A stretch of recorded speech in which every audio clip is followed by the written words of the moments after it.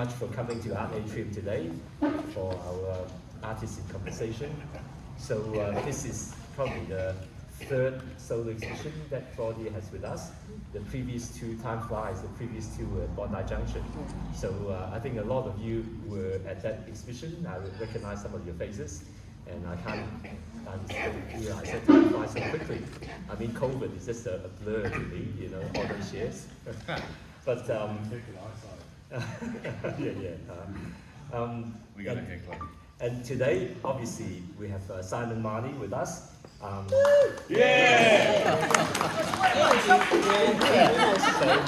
he obviously doesn't need any introduction, but we all listen to him on ABC, on radio all the time.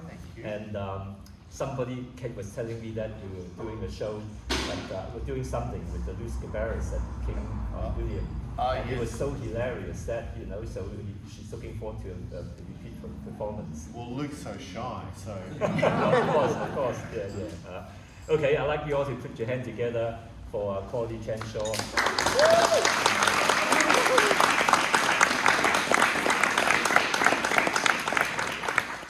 Can I just start by saying I've come to you from Bidjigal land, and we're on Bidjigal land, which is fantastic, and it's very pleasant for me to see those three letters repeated twice on the wall.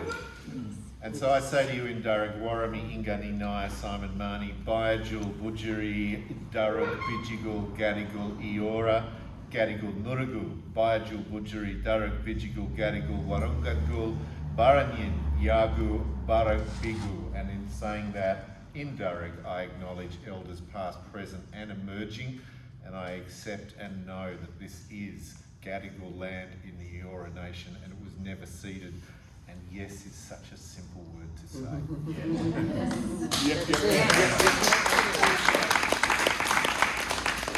It's always hard when you have to interview Claudia because I know her so well, and all of you know her so well. So I feel that if anybody was here at the Obscurosity talk that we did at Bondi Junction the last time, we'll just relive that one, okay?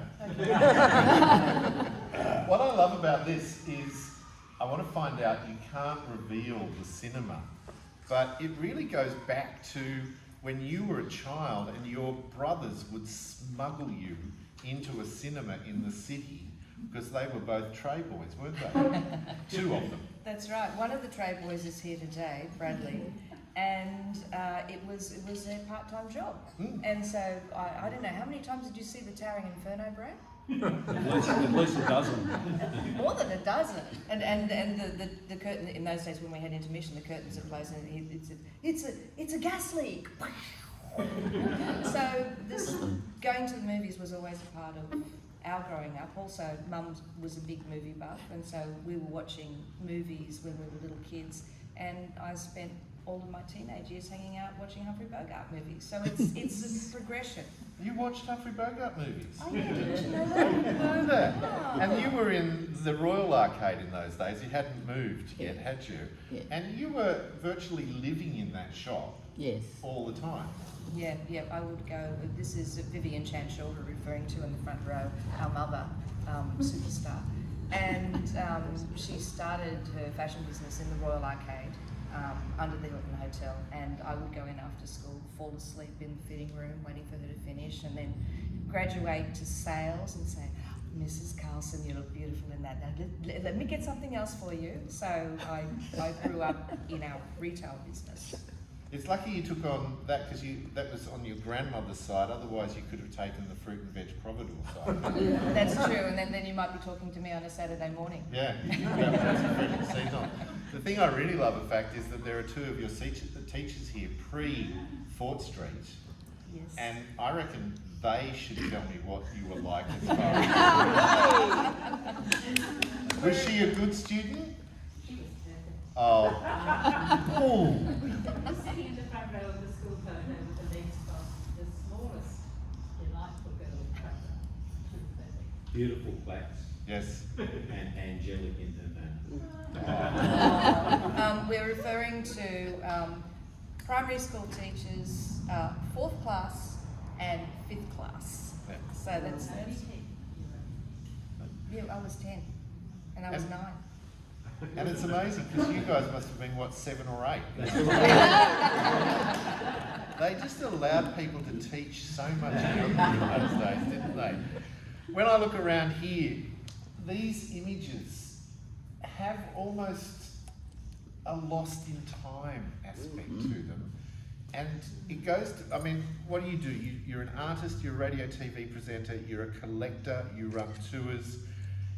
And this, I guess, goes to the heart of all those aspects. But when it's a tour, it's a matter of just looking down that laneway or through there. And this is how you came across this location.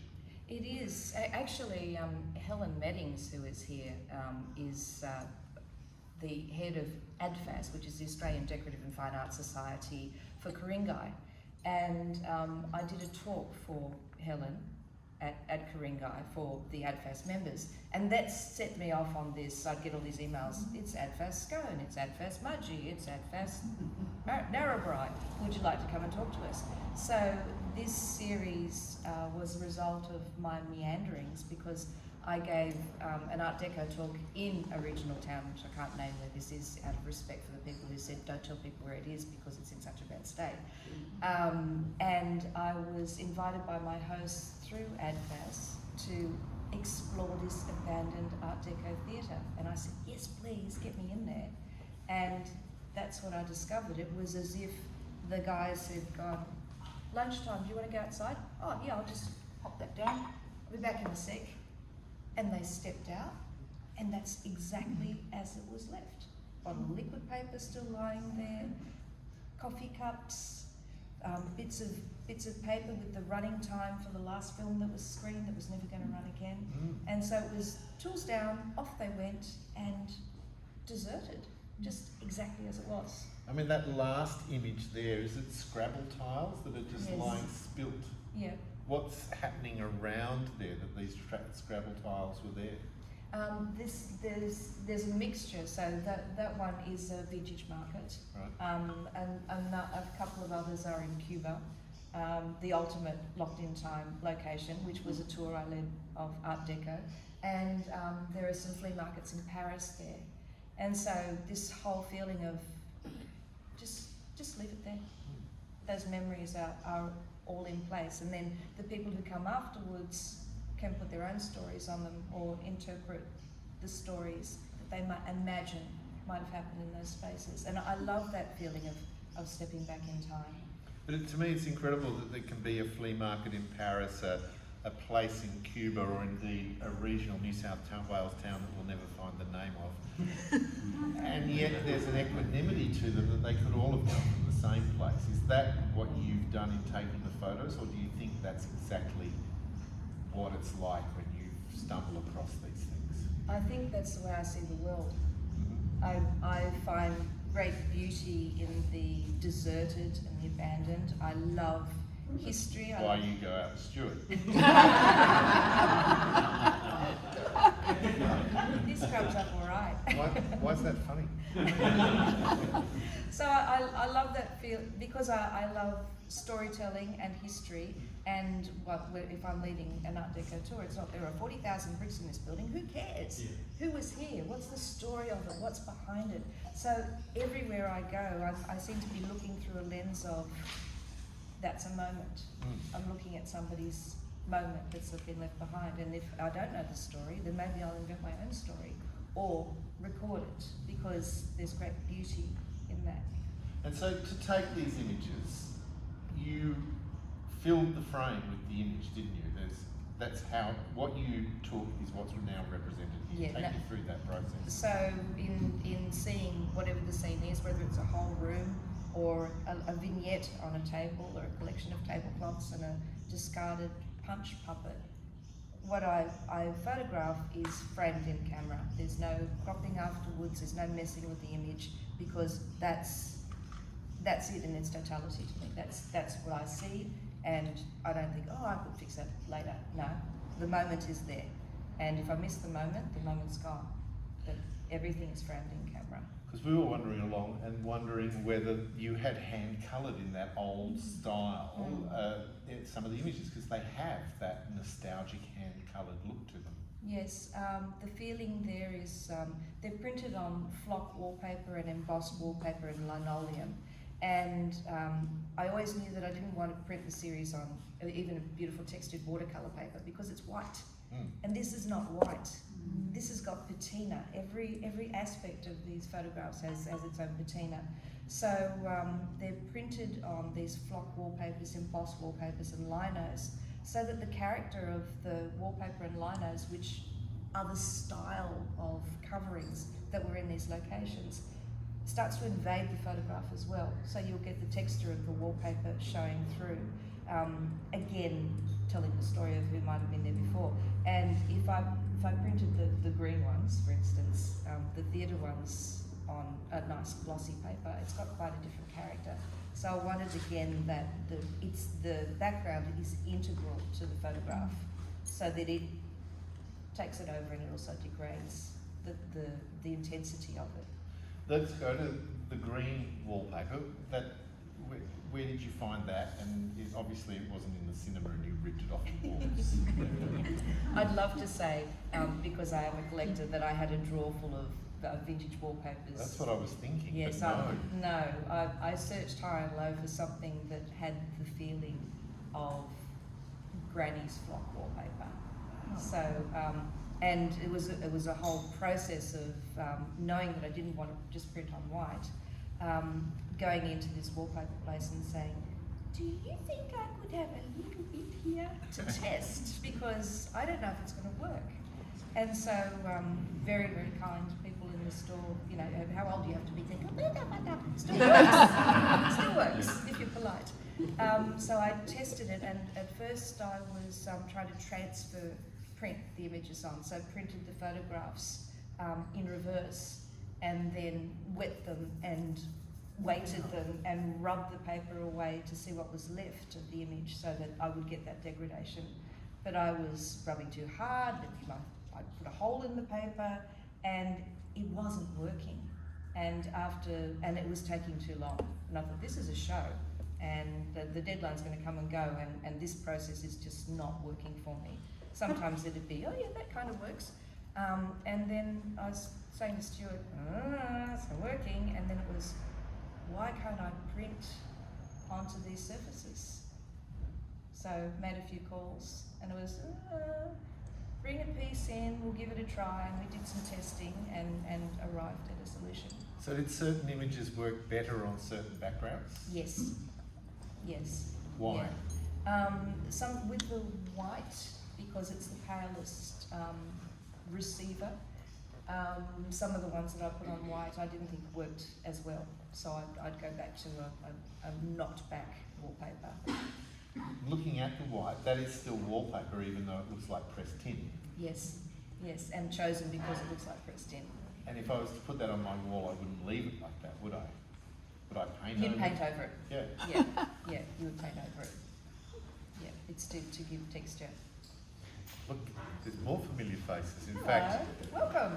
are these the images that have been accepted at the Head-On 2023?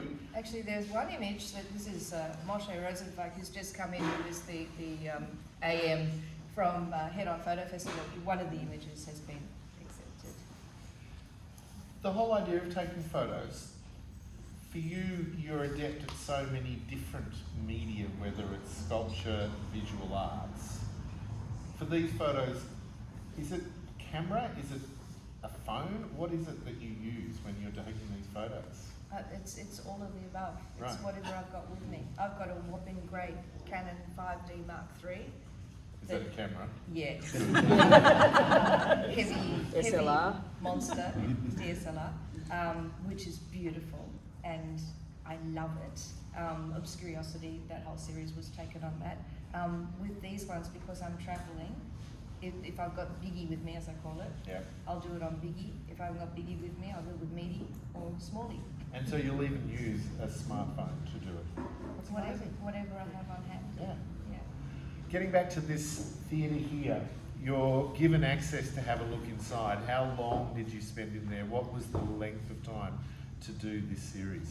A beautiful woman who got me inside there, who was an arts administrator and an artist, so she got it when I was going, hang on a sec. I probably spent 40 minutes in there because the man with the keys was, Really? yeah. Oh, wait, just. So 40 minutes 40 minutes. to get through the whole cinema. So can I see the projection room? What about downstairs? And you've got these pigeons sitting in rafters like this. Pigeon poo everywhere. It's fantastic. And so how was it with getting rid of the scabies and the... What? And the projection room, just, I mean, we can see an image there as you've captured it for the artwork, but what was it like to open that door and see it abandoned and... It was fantastic because being old school and loving film and movies that are shot on film, there's this whole bank, a phalanx of projectors.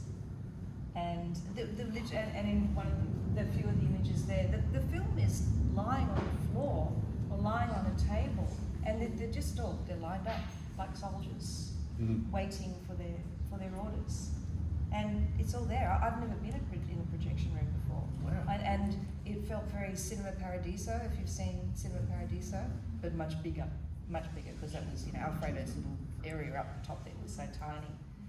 So it was thrilling to walk into a projection room, and there are others in the series. I could have gone on forever.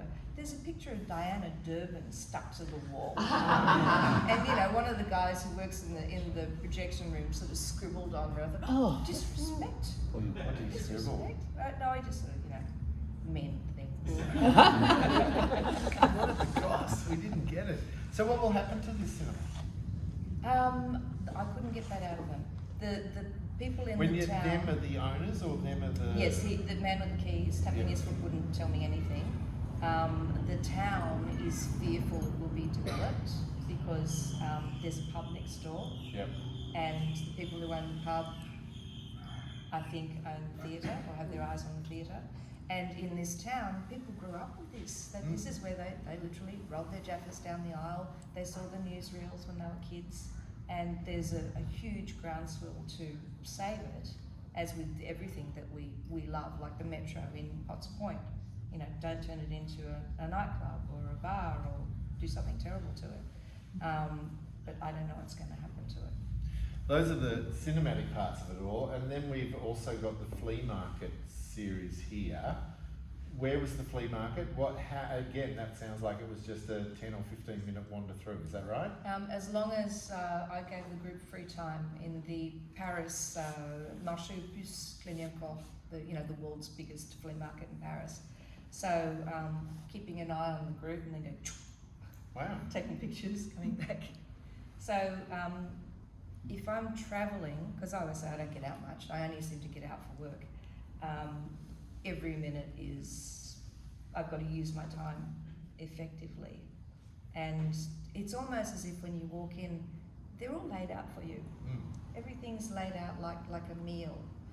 I'll go over there, I'll go over there, that's beautiful, I don't care about that. And everything's there. But it strikes me as strange you're in Paris, you're taking a tour group with amazing Art Deco particularly, but architecture that you love. And yet it's Grunge. it's grunge that captures you to Yeah. present as an artwork. Yes. Do you not see that as strange? I think I could do the pretty series of all the gorgeous architecture and the detailed photographs because I'm crazy for detail, but that doesn't tell me as much of a story as the more grungy, as the lived in. I like nostalgia. I like the stories.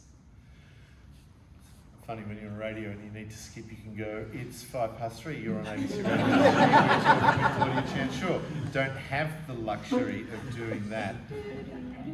When you left school, not primary school but high school, and went off to Sydney College of the Art, you made a conscious decision not to follow in your mum's footsteps, but to actually do design and particularly visual communications design.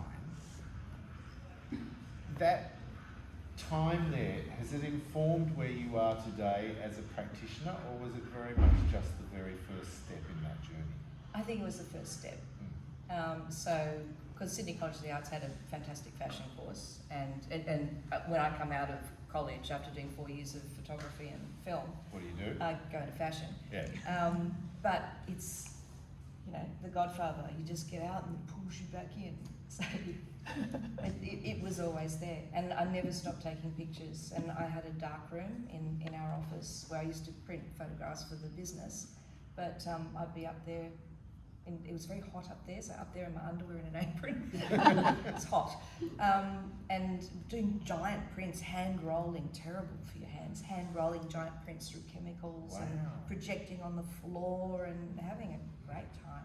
But it also assisted you greatly, that link or the foundation within fashion, because you would be, for example, travelling to New York several times a year, which allowed you to then immerse yourself in the architecture there and reward that visually creative side as well. Indeedy. And not realising in the 1980s when Vivian and I started exporting to the United States, our agent at 499 7th Avenue was in the most stunning Art Deco building. Wow. Gorgeous. And you know, and I always say to our people on our tours, look up, look down, peeking corridors, be cheeky, take a risk, you never know what you're missing. And at first, I'd just whiz in, go up the lift, go see the agent, work with the agent, and head off. Then after a while, it's, hang on, from across the road, look at that building. And then everything starts making sense. Does it break your heart that we don't have as much of that as we used to have in Sydney? Oh, absolutely. Look, how long was the Regent Theatre? A hole Yeah. on George Street? Absolutely criminal. And our history with our retail in the Queen Victoria building for 28 years after moving from the Hilton Hotel. You know, well, let's see. They wanted to turn that one into a car park.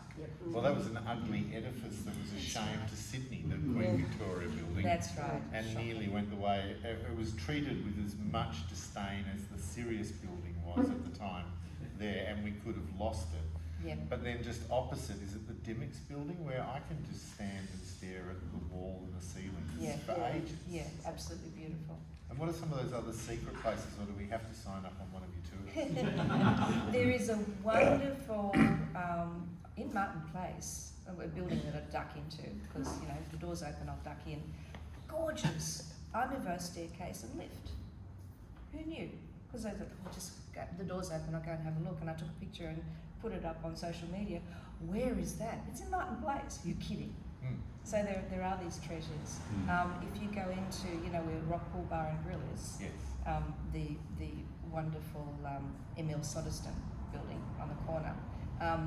Last time I was with Stuart, we snuck in the back door, and you get a view of the magnificent interior while they're doing their prep, so there's no people there. And snuck in, go up the stairs. Excuse me. Ooh. Oh, sorry. Is there a toilet here somewhere? So just got to be cheeky. Yeah, I'm not sure I'd get away with it. We know of your obsession with collecting. That's a nice way of doing it. And I was actually listening back to the brunch that we did all those years ago, and I had forgotten completely about the fact that you sold all your possessions and collection as a 15-year-old, and I still can't believe you did that. I know, what a lunatic. Yeah. I had a wonderful toy collection as a child. Mum was always very inventive, and there was this great piece in particular called the Jumping Jeep. Remember the Jumping Jeep? And it was driven with a little car driven by a clown, and it had headlights that were goggly eyes, and it was battery operated. So you put the batteries in, and he's going driving along, and there's an accordion in the back of the car, so that was making the noise. And it was mystery bump and go action, so you bump into the wall and then he'd drive out and head off in another direction. A bit like Stuart drives now. Okay. And I sold the Jumping Jeep among other toys because I thought 15, sophisticated, grown up, don't need this anymore, and sold them at Balmain Markets, and got home, and it was literally the minute afterwards, you idiot. You said that or somebody else? No, me. Yeah. Because not only are they memories, but they were the best toys. And so now, as a grown-up person who's trying to be cute, I'm overcompensating. Never stopped. How many toys are you overcompensating with nowadays? I try and cap it because there's no space. There's over 300, but you know, in the scheme That's of strange. in the scheme of collecting, that's not a lot, really. Have you got anything older than, in those days, it was the 1949 tin toy? Have we managed to claim that Everest that you were chasing in those days? The oldest is 1905. Right. It's a seesaw. It's very simple. It's called the Gibbs seesaw, made in Canton, Ohio, and it's got like a ratchet like that and a seesaw that goes. A little boy and girl made of tin, and it gets to the end, and then you turn it over, and it starts again. So they're at the top. And I took it. I think I was showing it off on Collectors one episode. We were travelling, and it got bent, and it was it was going and stopping, so again. So we found this wonderful German man in the Blue Mountains who fixed things. So he fixed it. So that's the oldest, 1905. Did she share her toys as a kid? No, but she used to take the wheels off my Tonka toys. No way. So yeah, they had these faux rubber tyres, and Yeah. I came home from school one day, and she'd been at home all day, and she took all the tyres off. I said, "Where are the tyres?" She goes, "I don't know. I think that's where that came from." Some of them were on my fingers. They were rings. Yeah, pretty much. Now, Never fitted again. so you had Tonka toys as well. Why didn't you end up wanting to collect toys, and did you not sell yours at Balmain Market? No, so you didn't need I didn't therapy? collect. I didn't collect those, but I in my adult years I collect shoes now, and I wear them. Far too many shoes. Yeah, slightly more functional. Was it you that gave Claudia the Humphrey Bogart book? That was our beautiful brother Daniel who Right. did that. And you were how old then? 13, 14? Yeah, but I fell in love with Bogart when I was 11, and I was about 12, I think, when I got the book. And the book was the complete works of Humphrey Bogart. Is it true that you could actually recite that book from page 1 to the last page? More importantly, it was recite some of the films from Right. beginning to end. Yes. Casablanca Airport. Oh yeah. You're saying this only to make me go. This is the airport safe in Casablanca. I'm saying it because it's true. Cyrus and both know you belong with Victor. It's word the thing that keeps him going. That plane leaves the ground and you're not with him, you'll regret it. Maybe not today, maybe not tomorrow, but soon for the rest of your life. And I said I would never leave you. And you never will, but I've got a job to do too. Where I'm going, you can't follow. What I've got to do, you can't be any part of. Ilse, I'm not good at being noble, but it doesn't take much to see that the problems of three little people are about to wear little beans in this crazy world. Someday you'll understand that. Simon,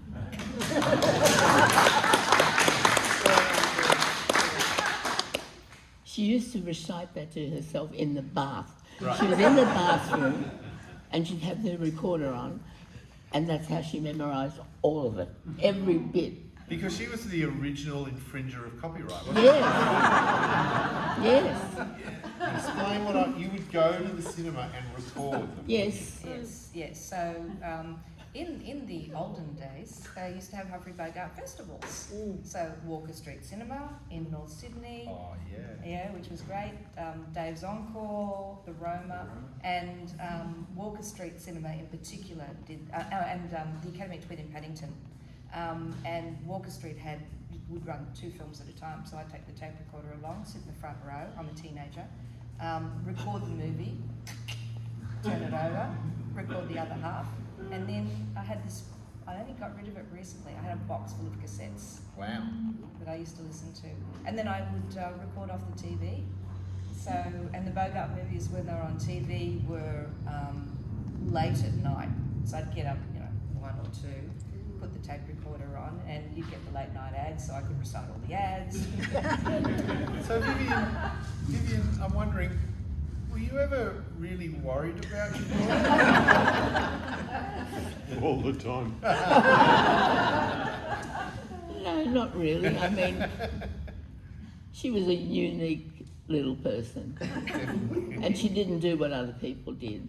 I mean, for instance, when she was very, very young, she designed a calling card, As you do. as you do, yes, Yeah. when you're 8. Wow. And it said, the Phantom Raspberry Blower. Niche career. Yes.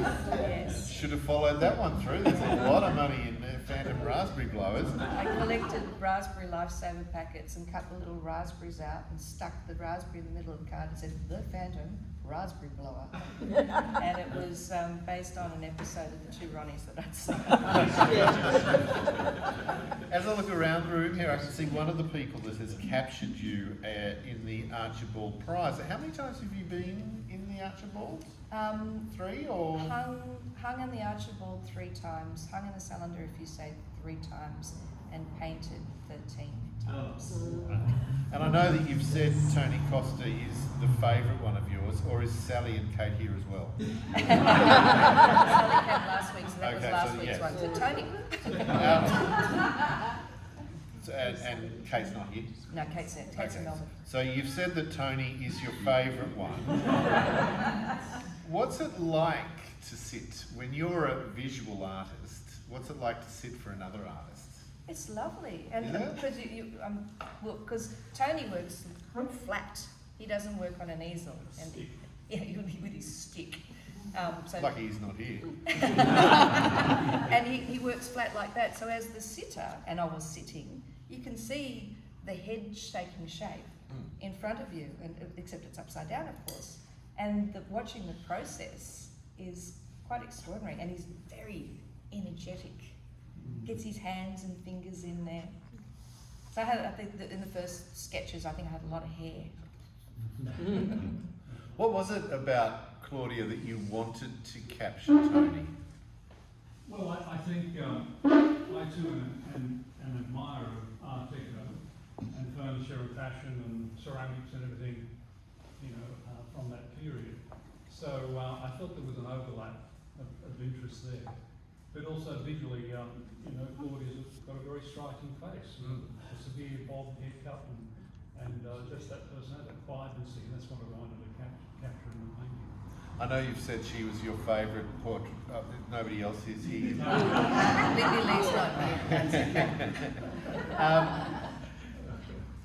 Was it just the one sitting, or did you have to remind yourself? How did you go through that process? No, it was in one sitting. I did a drawing of Claudia's head in the morning, we had lunch, and then I did a torso drawing in the afternoon. So it was the one sitting for that particular painting for the Archibald. And was she good to? Did she behave herself? She was very behaved, yeah. That's not what I wanted to In hear. fact, she was telling me to keep my mouth closed. Does anybody else have any questions or anecdotes they would like to tell us about Claudia? Particularly, I don't know if you went to, or if you were her teacher, and you probably want to tell the truth about how well she was behaved, rather than the. Did you hear the perfect bit? Yeah, that's what I'm worried about.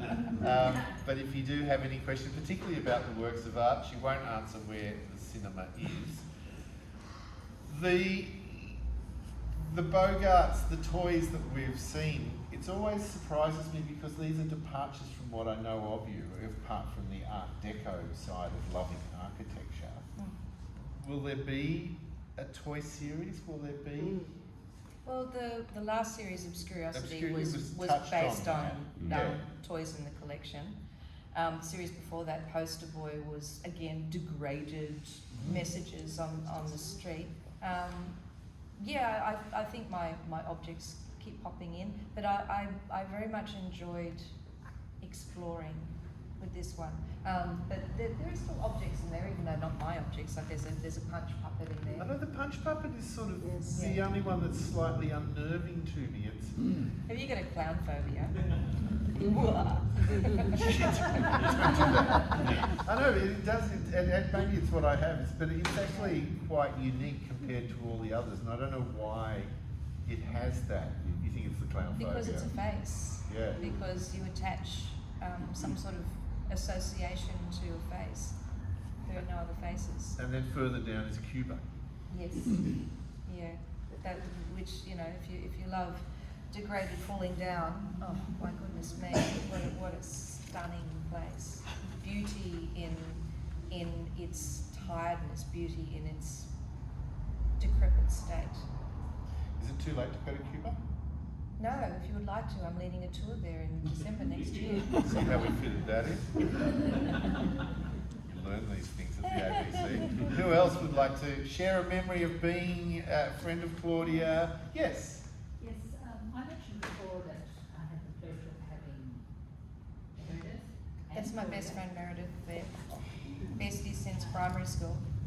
Sitting in my class all those years ago, but apart from talents you've mentioned, Claudia was also very good at writing, Yes.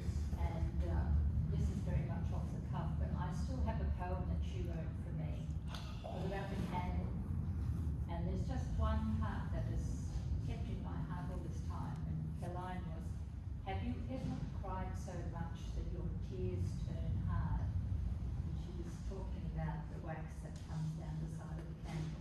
And Wow. I thought for a 10-year-old that was a very strong and beautiful image. And I think I actually returned the poem to you. I sent you got a copy of it. I had But forgotten. she is a wonderful person. What a very beautiful talented. line. Yeah. What was she like to have as a bestie? A bit weird? Wicked and fun. We used to have some fun with the cassette players too. Claudia and I were secretly viewers of number 96 behind the couches.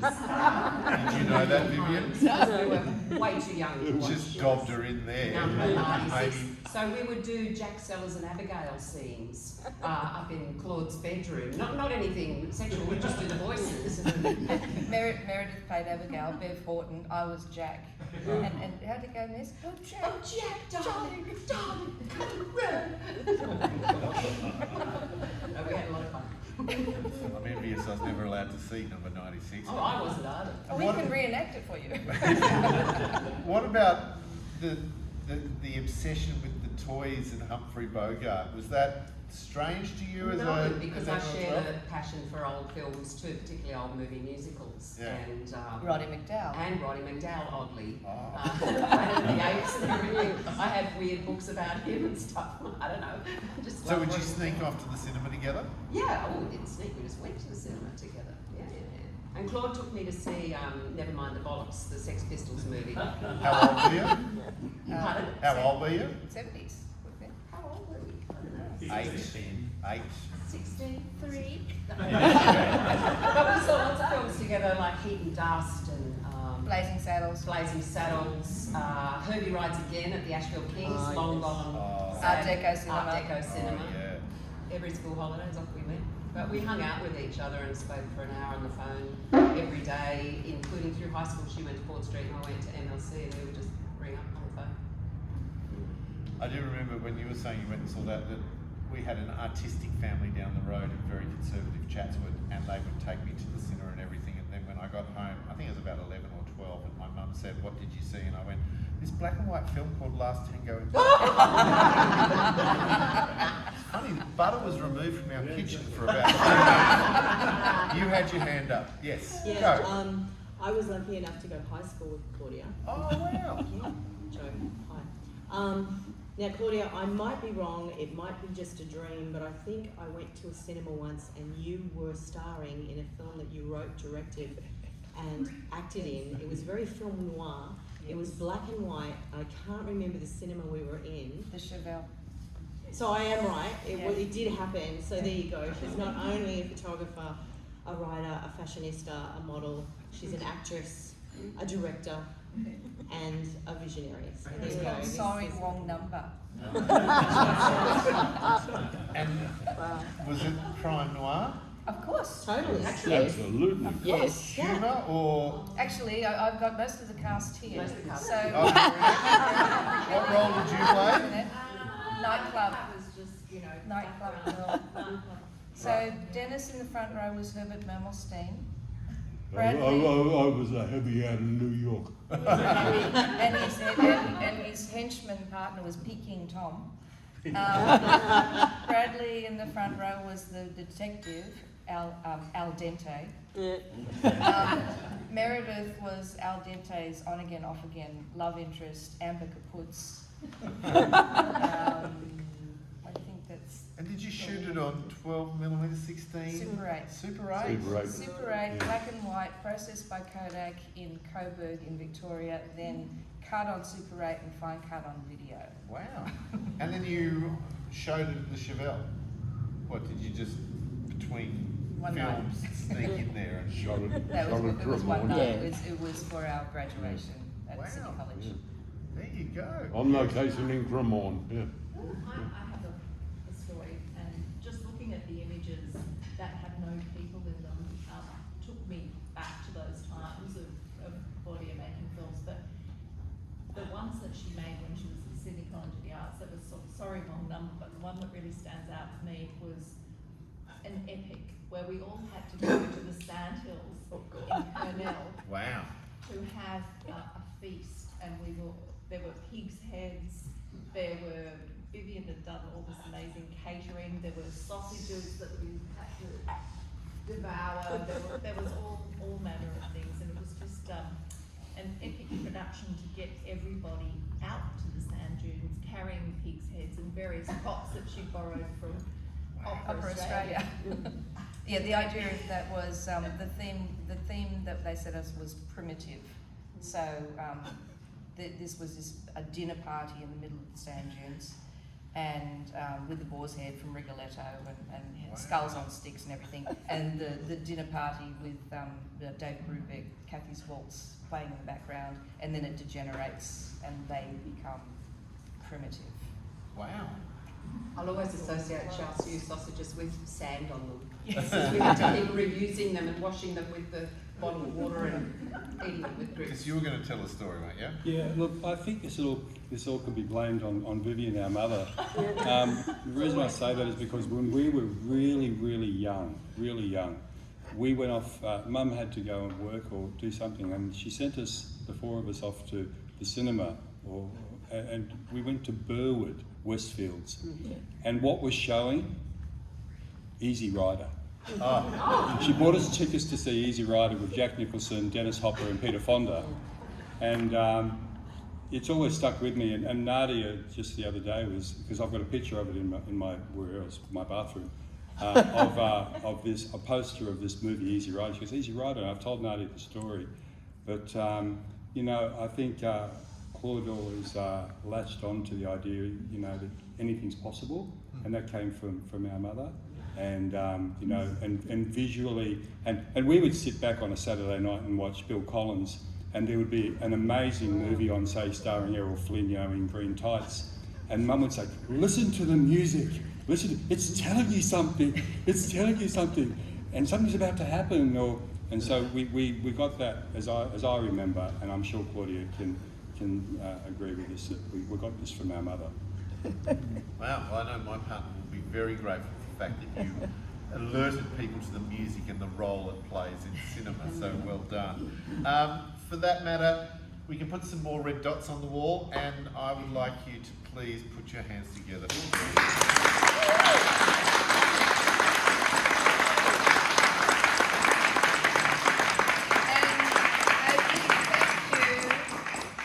Simon Money.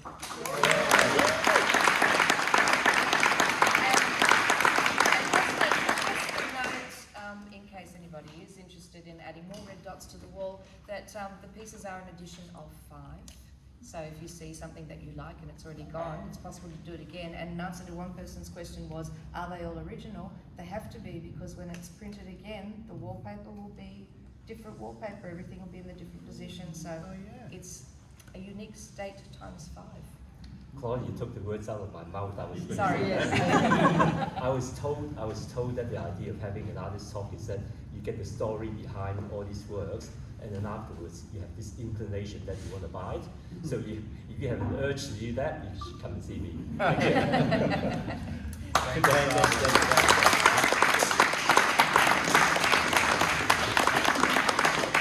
Continue to have drinks, and then we have a second artist talk later on the other side. Thank you.